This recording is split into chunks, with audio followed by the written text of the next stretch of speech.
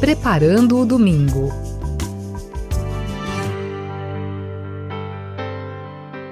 Alô, você que participa conosco do programa Preparando o Domingo, bem-vindo, bem-vinda. Eu sou Carlos André. Nós vamos juntos refletir os textos deste domingo em que celebramos a festa de Todos os Santos.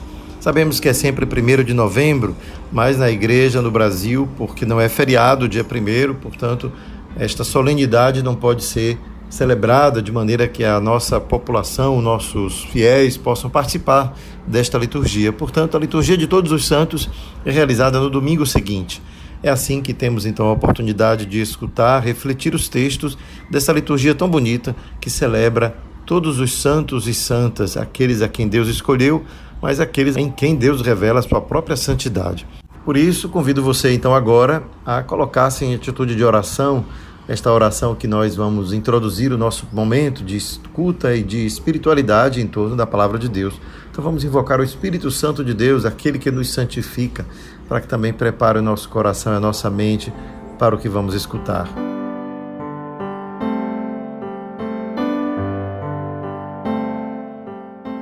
Venha Espírito do Pai e do Filho, venha Espírito de amor, venha Espírito de infância, de paz, de confiança e de alegria.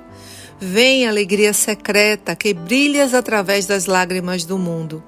Vem Espírito Santo, vida mais forte que nossas mortes. Vem Pai dos pobres e advogado dos oprimidos. Vem luz da eterna verdade e de amor derramado em nossos corações. Permanece em nós, Santo Espírito de Deus. Não nos abandones, nem no duro combate da vida, nem no momento em que tocarmos o final da caminhada. Vem, Santo Espírito de Deus. Amém. Iniciamos então as leituras de hoje com o livro do Apocalipse de São João. Eu, João, vi um outro anjo que subia do lado onde nasce o sol. Ele trazia a marca do Deus vivo e gritava em alta voz aos 4 anjos que tinham recebido o poder de danificar a terra e o mar, dizendo-lhes: Não façais mal à terra, nem ao mar, nem às árvores, até que tenhamos marcado na fronte os servos do nosso Deus.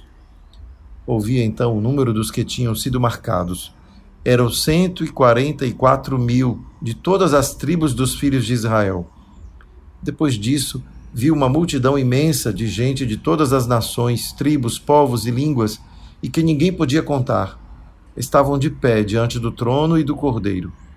Trajavam vestes brancas e traziam palmas na mão.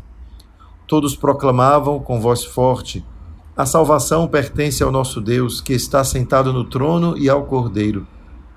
Todos os anjos estavam de pé, em volta do trono, e dos anciãos e dos 4 seres vivos, e prostravam-se, com o rosto por terra diante do trono, e adoravam a Deus, dizendo: Amém, o louvor, a glória e a sabedoria, a ação de graças, a honra, o poder e a força pertencem ao nosso Deus para sempre. Amém. E o anjo dos anciãos falou comigo e perguntou: Quem são esses vestidos com roupas brancas? De onde vieram? Eu respondi: Tu é que sabes, meu Senhor. E então ele me disse: Esses são os que vieram da grande tribulação. Lavaram e alvejaram as suas roupas no sangue do Cordeiro. Tenho certeza que cada um de nós sempre teve uma dificuldade de ler um pouco o livro do Apocalipse por causa das suas imagens, das suas histórias que tantas vezes extrapolam a nossa imaginação, a nossa capacidade de imaginar como seria esta visão que João diz ter tido e ele descreve. Ora, cada um de nós pode bem entender o quanto, quando estamos diante de um quadro que não entendemos porque as imagens estão fora do padrão, fora da ordem ou fora daquele contexto que a gente está acostumado, da realidade, né? Sem proporção, muitas vezes com um corpo pequeno e uma cabeça enorme, ou traz consigo objetos que não poderiam jamais ser suportados, como, por exemplo, alguém carregasse uma bola de fogo na mão. Numa imagem desenhada, a gente pode colocar qualquer coisa. É aquilo que então a gente pode entender da história que nós lemos do Apocalipse. O Apocalipse é como uma grande pintura, que ao invés de tinta e tela, temos aqui então as letras, as palavras, as frases criadas pelo autor com tanta criatividade que desafia a nossa imaginação. Por isso, quando lemos o Apocalipse, temos que evitar tentar reproduzir aquilo que João diz ter sido uma visão, como se pudéssemos reproduzir de fato na nossa imaginação as coisas que ele diz estar vendo. E entender que o que ele está vendo, na verdade, ele está escrevendo, ele não está vendo, mas a sua escritura é uma escritura fantástica, que tenta, portanto, através de imagens que extrapolam a possibilidade de compreensão humana, descrever algo que está ali simbolizado. Então, o simbolismo no livro do Apocalipse é fundamental para que a gente entenda a mensagem que está decifrada, melhor, que está ali de modo enigmático e precisa ser decifrada pelos seus leitores. É claro que nós, distantes no tempo, tantas vezes nos perdemos em relação aos símbolos que o Apocalipse produz. É preciso, portanto, um pouco de introdução ou um pouco mais de hábito à leitura bíblica para compreender certos mecanismos que fazem com que as imagens que João descreve no Apocalipse se tornem significativas, possa comunicar algo a alguém que tão distante no tempo como nós já perdeu o vínculo com aquelas sugestivas imagens que ele propõe. Então nós vamos dizer que quando ele nos fala dos 144 mil, estamos numa cultura como a judaica, que costuma jogar com os números. 144 mil é 12 vezes 12 vezes 1000, que são símbolos daquilo que representa Israel. Então 12 vezes 12 significa que o povo de Israel se multiplicou, mas não apenas se multiplicou, como 12 vezes 12 já indicaria o 144, mas se multiplicou ao infinito, por isso multiplicado por 1000. Então 144 mil é uma infinidade, algo incontável. E aí a gente vê o quanto é necessário decifrar essas coisas do Apocalipse. E a gente pode continuar lendo desta forma e ver como nas suas imagens ele traz coisas que são assim fora da possibilidade real de existir. Por exemplo, na última frase ele diz que alvejaram as suas roupas no sangue. Alguém poderia alvejar uma roupa no sangue? O sangue vermelho deixaria a roupa ainda mais tinta de vermelho. Não ficaria alva, como seria de imaginar alguém que alvejasse no sangue. Então veja como não é algo possível de ser visualizado, mas algo possível de ser compreendido.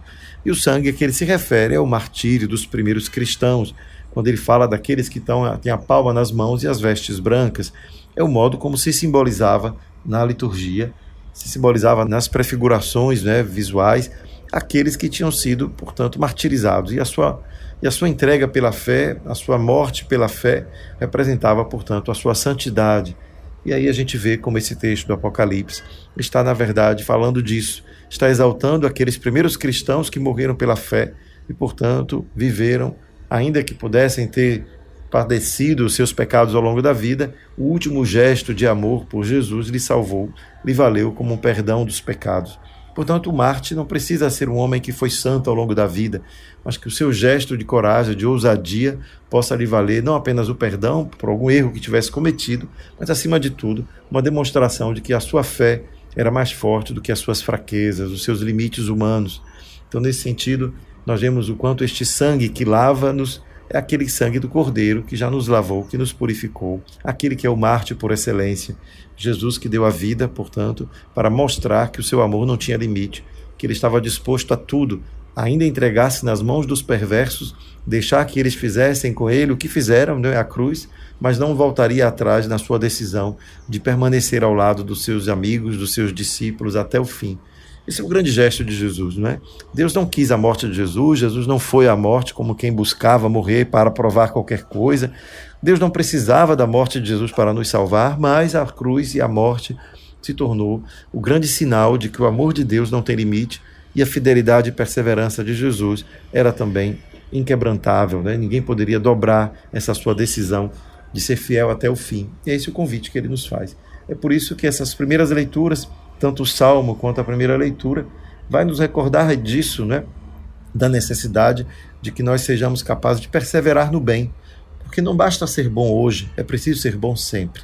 Essa é a santidade. É aquele que faz da virtude um hábito, não aquele que fez um ato heróico. Um ato heróico único pode ser apenas um ato heróico, mas um gesto de virtude continuada, perseverante, mostra que a santidade é algo que se tornou fluido. Já agimos naturalmente desta forma, logo a santidade se tornou o nosso modo de ser.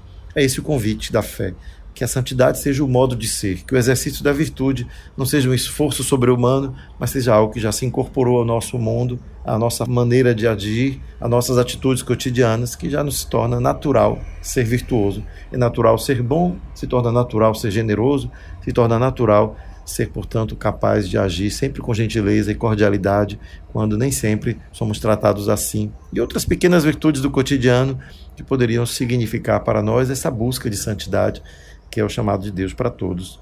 Então, dessas leituras, podemos tirar algumas pequenas lições que nos ajudam a compreender o que é que significa mesmo ser santo. Que Deus nos dê a perseverança nos pequenos gestos de virtude, para quem sabe um dia a gente possa também entrar com Ele na sua glória, como os discípulos, como todos aqueles que deram prova de fidelidade na fé. Aleluia, aleluia, aleluia, aleluia, aleluia, aleluia, aleluia, aleluia.